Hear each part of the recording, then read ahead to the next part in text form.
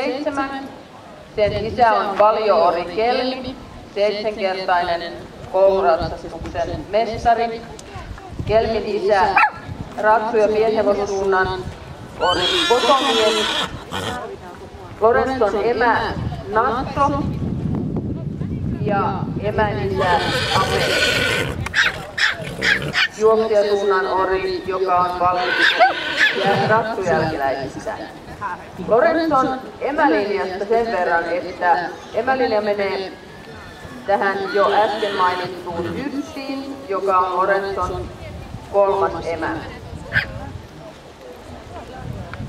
Lorenzon emä Natson emä on myöskin Valjolla kankittu Tamma Jatsi, jonka muita jälkeläisiä ovat muun muassa kilpailuista on Tapiola kasvattajakilpailun estekilpailun 3. vuonna 2003 ja Suomen hevosten koulumestaruuden Lorenzo on voittanut vuonna 2009. Tässä siis Lorenzo, jota esittää teille Vilja Vekkulentoon tai suorastaan Jepurion Vekkulennon poika.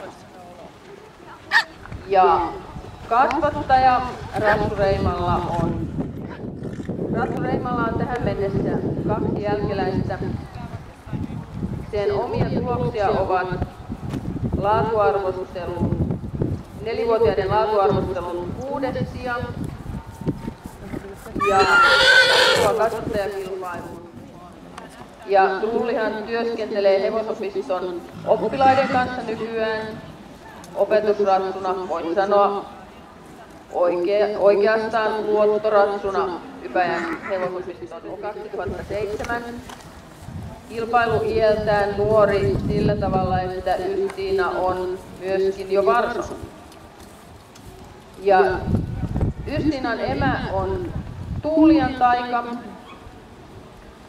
jonka isä on Tinuri Tatu, estemestari muutaman vuoden takaa.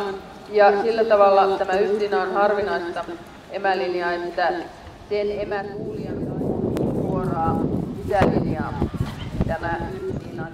Sitten seuraavana meillä on